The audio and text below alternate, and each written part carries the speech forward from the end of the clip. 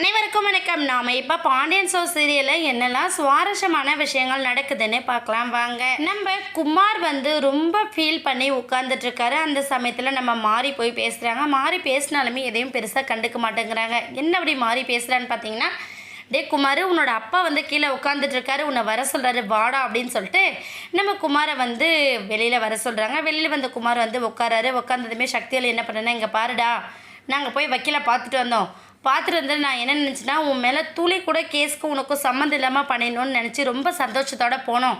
ஆனால் அந்த மாதிரி எதுவும் நடக்கலை. ஏன்னா உன் மேலே இருக்கிற கேஸ் அந்த அளவுக்கு ஸ்ட்ராங்காக இருக்கிறதா சொன்னாங்க. நீ கண்டிப்பாக 4-5 வருஷமாச்சு ஜெயிலில் இருக்க வேண்டியதாக வரும்னு சொல்லிட்டாரு.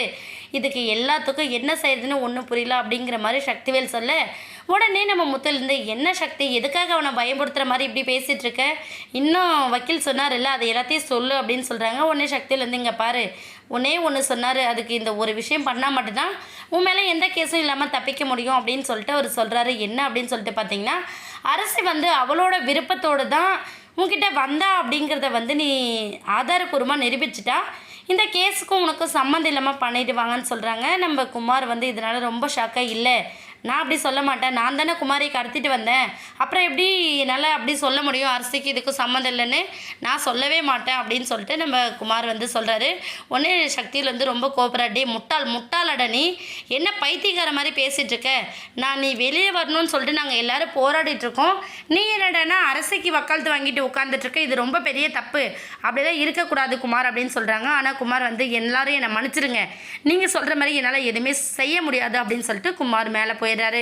உடனே நம்ம சக்தியிலேருந்து, என்னென்ன நம்ம குடும்பமாக சேர்ந்து இவனுக்காக பைத்தியம் பிடிச்ச மாதிரி இருக்கும், இவன் என்னடனா நம்மளெல்லாம் பைத்தியக்காரன் ஆக்கிட்டு போகிறான் அப்படின்னு சொல்லிட்டு இவர் ஒரு பக்கம் பேச, உடனே நம்ம அப்போ தான் என்ன பண்ணுறாங்கன்னா, சரி சக்தி நீ கோவப்படாத, நான் போய் குமார்கிட்ட பேசுகிறேன் அப்படின்னு சொல்லிட்டு குமார்கிட்ட போய் பேசுகிறாங்க. குமார் என்ன பண்ணுறான்னு சொல்லிட்டு பார்த்தீங்கன்னா, அவரோட எமோஷ்னல் எல்லாத்தையுமே ஃபீல் பண்ணி கொட்டி தீர்த்துறாரு. என்ன அப்படின்னு சொல்லிட்டு பார்த்தீங்கன்னா, அரசு என் மேலே உண்மையான பாசத்தோடு இருந்தா அவளை ஒவ்வொரு தடவையும் ஏமாற்றி என்னோடய சுயநலத்துக்காக அவளை பயன்படுத்திக்கிட்டேன்.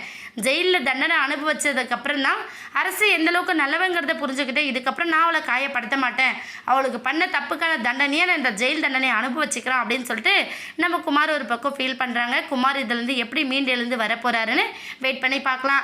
இப்படி உங்களோட ட்ராக் போயிட்டுருக்கு. இன்னொரு பக்கம் என்ன ஆகுது அப்படின்னு சொல்லிட்டு பார்த்தீங்கன்னா, நம்ம ராஜு மீட்டிங்கை அட்டன் பண்ணுறாங்க. மீட்டிங்னா ஒரு பார்ட்டி, அந்த பார்ட்டியில் என்ன பண்ணுறாங்கன்னு சொல்லிட்டு பார்த்தீங்கன்னா, நம்ம ராஜுக்கு நியூவாக ஒரு ஆள் இன்ட்ரடியூஸ் ஆகுறாங்க.